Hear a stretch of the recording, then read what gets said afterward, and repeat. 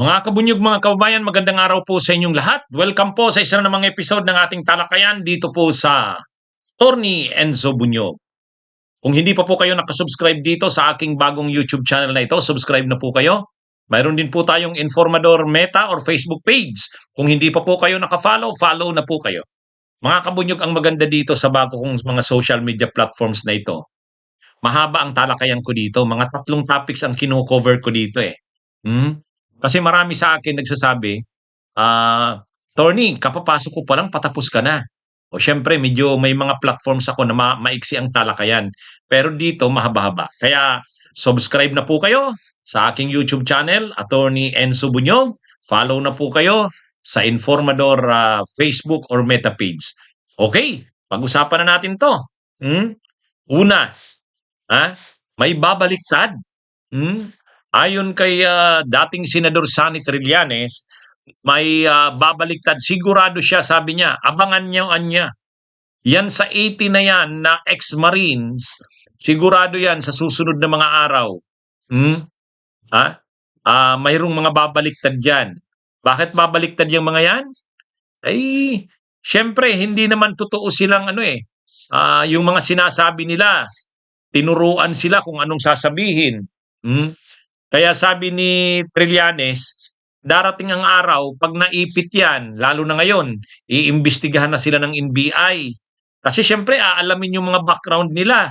Sino ba tong 80 na to? Ay ngayong pangalang, sabi ni Ombudsman Boying Rimulya, ang 6 daw dyan ay may kasong murder. Tapos yung isa dyan, sabi ni dating Senador Sonny Trillanes, kasamahan nila sa Magdalunon, nung nag-mutiny sila, nag-alsa sila laban kay Gloria. Noon pa nga lang daw, bumaliktad na yan eh. Sumama na kay sa administrasyon ni Gloria. Kaya questionably talaga ang kredibilidad ng mga yan. At saka, kapag lumabas na talaga yung mga, yan pala yung mga dishonorably discharged, talagang sinibak pala yan sa Philippine Marines, sa Philippine Army.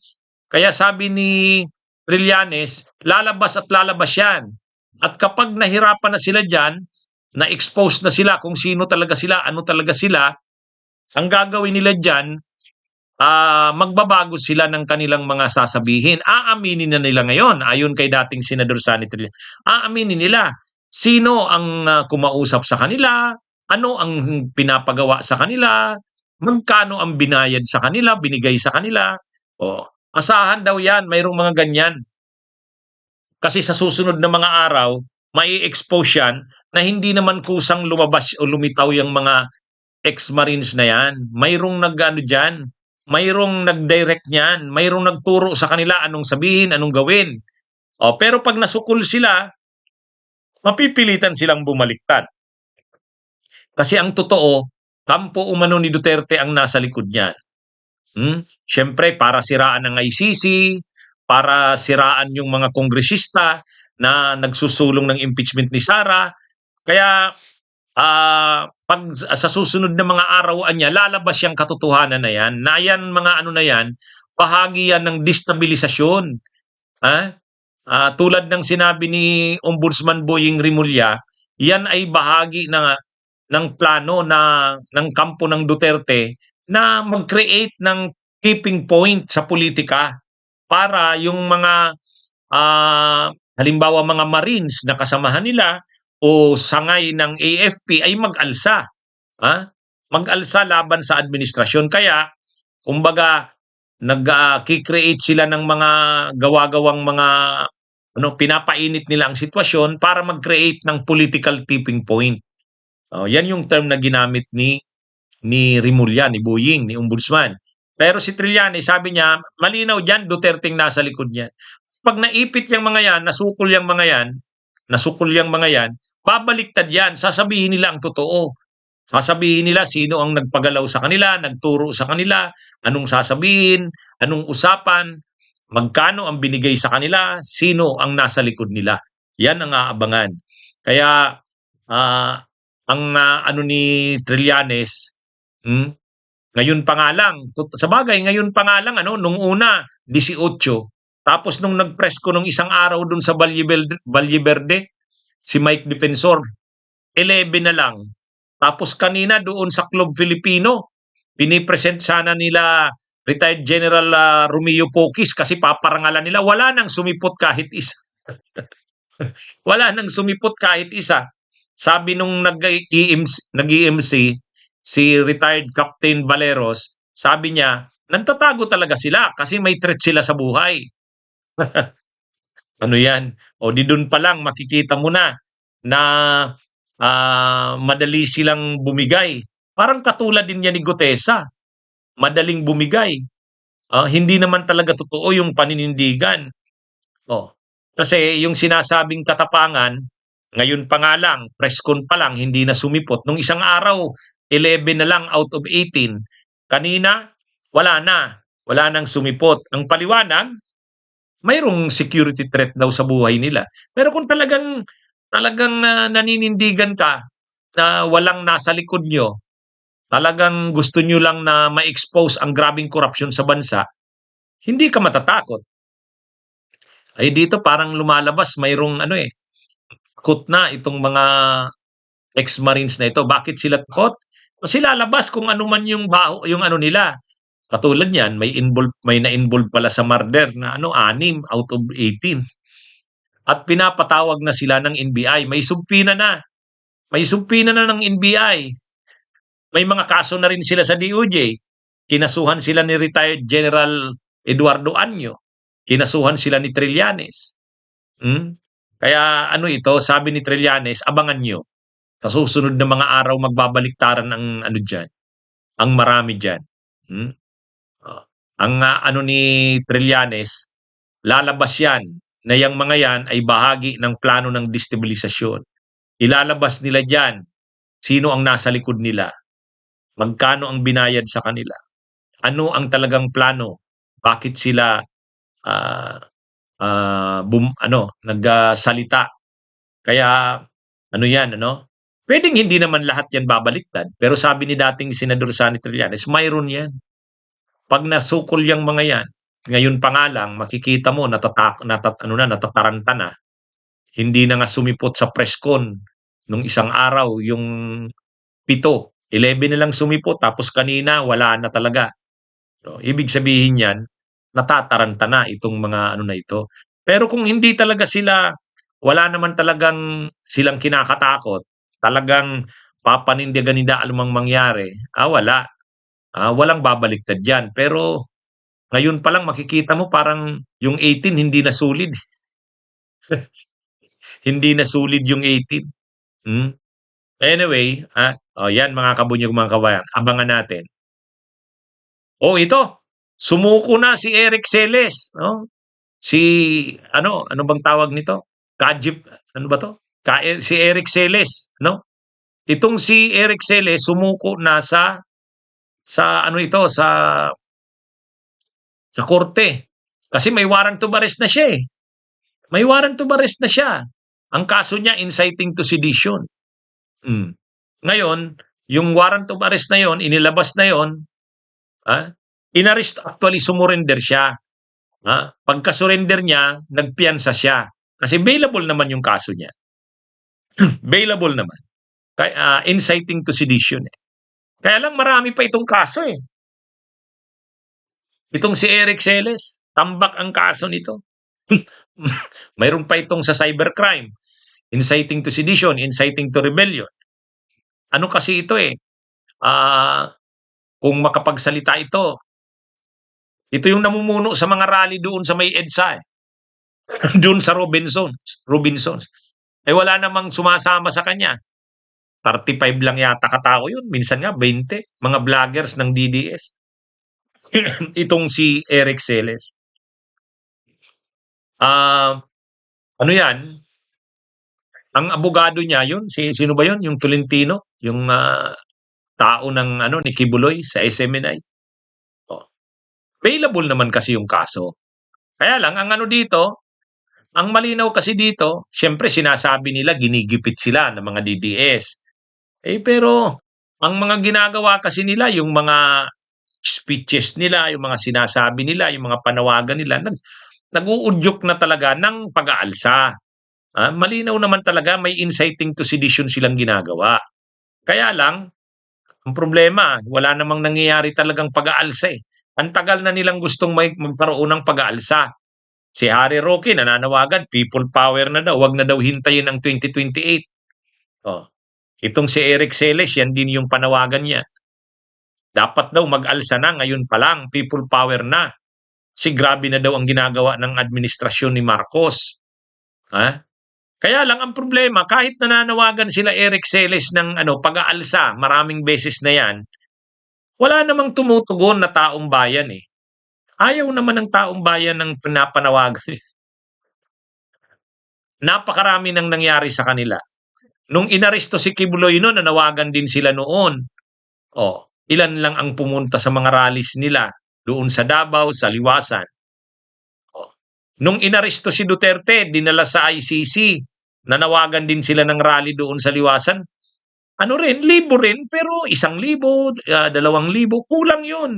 Hindi ka pwedeng magkaroon ng pag-aalsa ng people power na ganun lang yung bilang mo. Oh. Kaya ang nangyayari dito, itong si Eric Celes, kasi siya yung nagli-leader lagi, yun, kinasuhan ng inciting to sedition. Siyempre, ang sasabihin niya, freedom of speech. Ganyan naman yung ano niyan. Ang problema, ang seditious speech, hindi protected speech yan. Hindi lahat ng sinasabi mo ay pasok sa freedom of speech or freedom of expression. Kapag ang mga sinasabi mo ay seditious na, nag-uudyok na ng pag-aalsa, hindi mo na pwedeng gamitin dyan yung mga freedom of speech, freedom of expression. Ang seditious speech ay unprotected speech. Hindi yan pinoprotektahan ng saligang batas at ng konstitusyon o ng konstitusyon na maging ng mga batas natin. Kasi ano yan sedition Hindi pwede.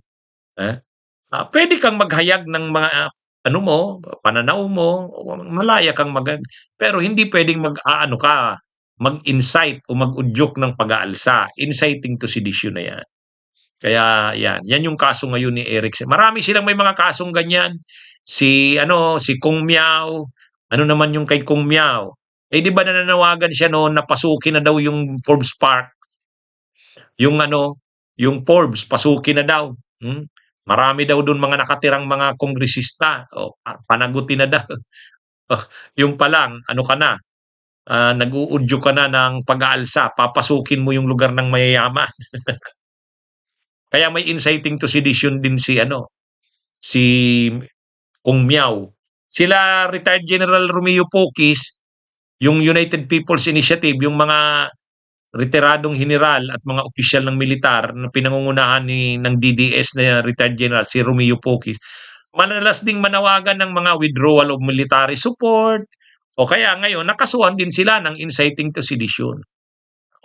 Kaya sama-sama yan, si Kung Miao, itong si Eric Celes, si retired Major General Poquis, yun.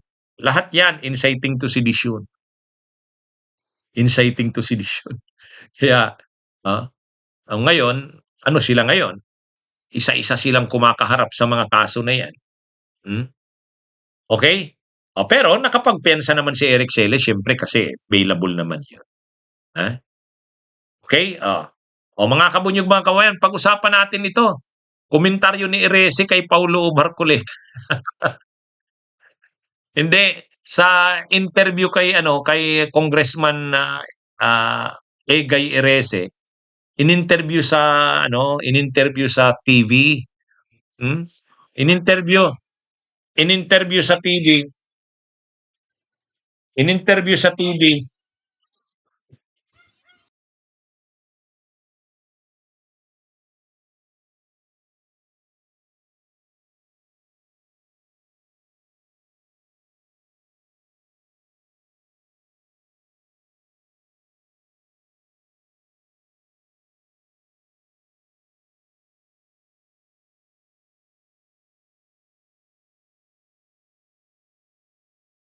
Interview sa TV si Egay Erese. Kasi nung ito kasing si Egay Erese tinanggal tinanggal ito sa pagiging Senior Deputy Minority Leader ba yung posisyon niya? Siya, Senior Deputy Minority Leader. Kaya lang pinag-initan daw ni Sandro Marcos, sabi niya, kwento ni Erese, kaya ipinalit sa kanya si Leila de Lima. Si Leila de Lima na yung Senior Deputy Minority Leader eh. Oh. Pero, nag-privilege speech ito, hinangaan ngayon nila Paulo Marcoleta. Sabi ni Paulo Marcoleta, yung anak ni Rodante Marcoleta, bilib kami dito kay Congressman Egay Erese. Ang mga pro-Duterte ay hinahangaan siya sa kanyang paninindigan. Ngayon, nang in-interview si Egay Erese sa TV, tinanong siya, anong masasabi niya sa plano ni Marcoleta? Siguro yung si Paulo Marcoleta may planong pumalit kay Rodante. Kay Rodante sa Senado. Pagdating ng panahon, posibleng papalit yan si Rodante si Paulo Marcoleta sa kanyang ama. Alam niyo kung anong reaksyon ni Egay Erese? Sabi niya, ano ba 'yun? Sabi ni Egay Erese, wag naman sana. Madadagdagan na naman ng walang alam sa Senado. Ibig sabihin hindi siya believe dito kay Paulo Marcoleta. Hindi siya believe. Sabi niya, wag naman sana, wag na. Madadagdagan na naman ng isa pang walang alam ang Senado. Sabagay, ito namang si Paulo Marcoleta kung ano-ano lang naman ginagawa at sinasabi doon sa Kamara eh. Katulad nun, gusto niyang paalisin si Kiko D doon sa pagdinig ng Justice Committee. Ang rason niya na sinasabi, baka daw mag-create na naman ng eksena tulad doon nung ginawa sa Senado. Di ba nagganon si Kiko D nung inarchive yung impeachment ni Sara. Sabi nito ni Marcoleta, baka gumawa na naman yan dito ng eksena. Di siyempre, siya, binatikos itong si Paulo Marcoleta nila Congresswoman Beatrix Listro at sa kanila Leila de Lima. Paano pa paalisin si Kiko? Di wala pa namang ginagawang masama o kaguluhan. Ang premonition para palang ang tingin mo gagawa ito ng kaguluhan o magki-create ng eksena, senaryo. Hindi pwede 'yun. Ano 'yung premonition mo? Parang kung si Suntay ay imagination, ikaw naman premonition. Kaya masyadong itong si Marcoleta eh. Siya doon, napahiya siya doon. Kaya tama din yung sinasabi ni Congressman Egay Erese. Kung ganyan yung magiging senador, kumbaga papalit sa kanyang amang si Rodante, tapos ganyan si Paulo Marcoleta, madadagdagan na naman ang senador ng walang alam. Natatawa nga natatawa si Egay Erese nung sumagot siya. Kasi tinanong siya sa media eh. Sabi ni Egay Erese, ako kasi tanggap ko kung ano ako. Alam ko, hindi ko kayang magsenador. Iba yun. Hanggang dito na lang ako sa Kamara, sa House. Kasi yun daw yung kaya niya eh.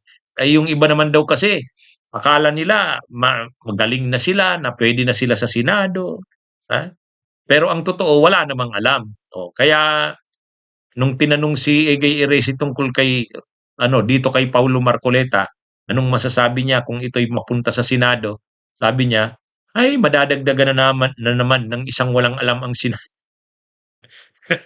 Actually, sa pakikipagdebate doon sa Kamara, wala namang nagagawa itong si Paulo Marcoleta eh. Wala. Ano lang, yun, katulad nun. Nakikipagtalo siya tungkol dun sa tapos yung maleta, yung expose, yung ng mga ex-Marines, yung 18 ex-Marines. Ang gusto ni Marcoleta, nito ni Paulo Marcoleta, pag-usapan na daw yon sa Kamara.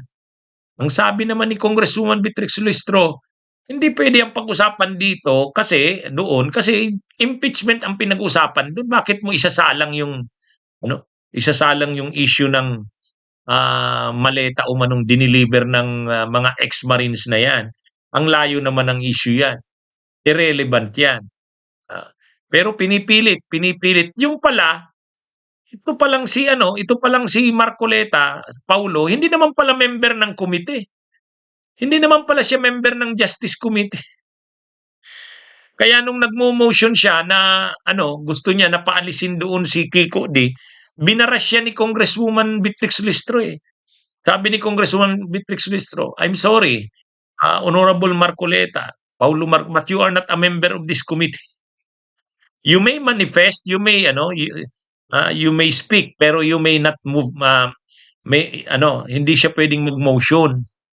Parang katulad din pala ito nung ama niya eh.